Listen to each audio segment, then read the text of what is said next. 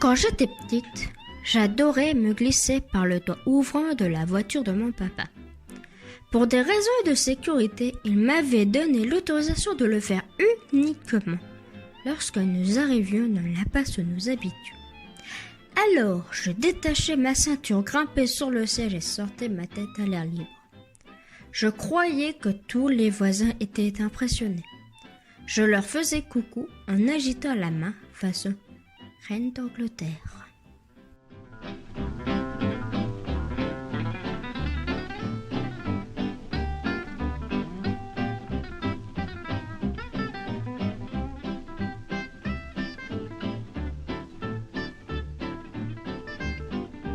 J'en ai marre, mes frères ne connaissent pas le second degré et m'embêtent à chaque fois que je fais de l'humour. Nous nous connaissions depuis le collège. Il était arrivé de Somalie via Montpellier, débarqué comme ça, sans connaître la langue. Je l'avais pris sous mon aile. Un jour, il parlait déjà bien le français, il m'a demandé si je pouvais lui prêter mon compas. En échange, il tenait absolument à me donner quelque chose. Je lui ai répondu que ce n'était pas la peine, que je pouvais bien lui prêter mon compas gratuitement, mais il a insisté. Et j'ai compris qu'il en faisait une question de principe. Il ne voulait rien me devoir. Plus rien me devoir. Je crois que j'ai rougi. « T'as qu'à m'enfoncer la pointe du compas dans la cuisse !» Je lui ai dit, « un coup sec, comme ça à travers le pantalon. Voilà ce que je veux en échange, que tu m'enfonces le compas dans la cuisse. » Déconne pas. Vas-y, qu'est-ce que tu attends? Je l'entends encore qui répète avec son accent, « Déconne pas !» en essayant de rire. Il ne sait pas si je plaisante ou non. Et en vérité, oui, peut-être que je plaisante au début. Mais très vite, ses mâchoires se crispent et je deviens sérieux.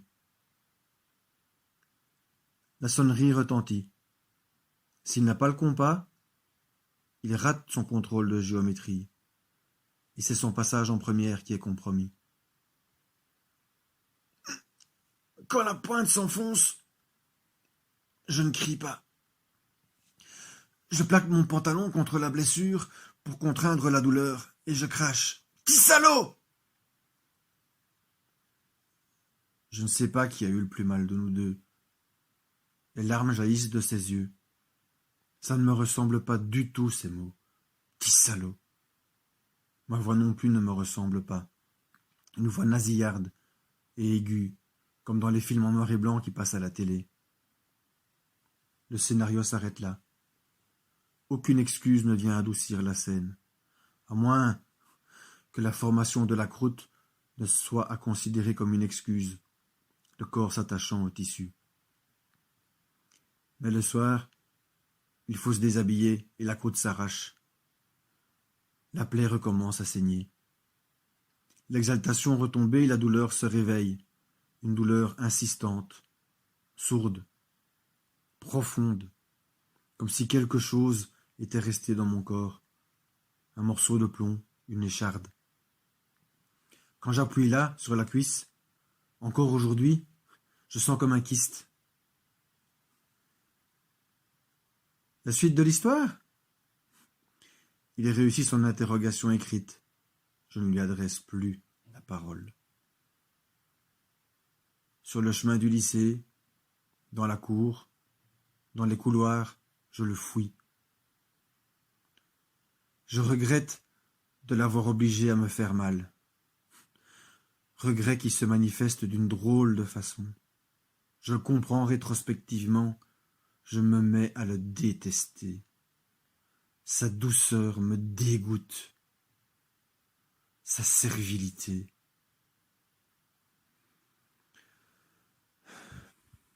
Je sais pas pourquoi je vous dis tout ça. Je nous revois devant le lycée le jour des résultats du bac. Il joue des coudes pour accéder aux feuilles placardées sur la porte cochère. Sa mère est là, avec son turban.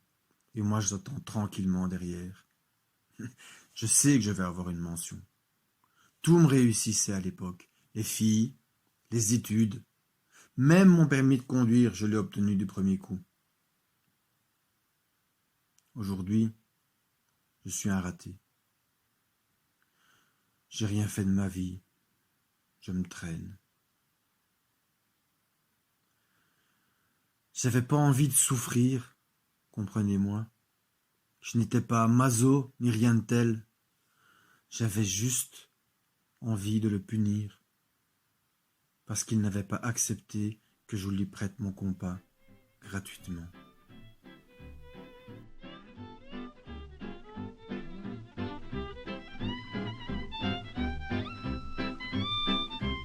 J'espère, Madame Nimier, que vous avez des confidences moins sinistres, parce que si elles sont toutes du même acabit que celle-là, vous n'allez pas vendre beaucoup de livres.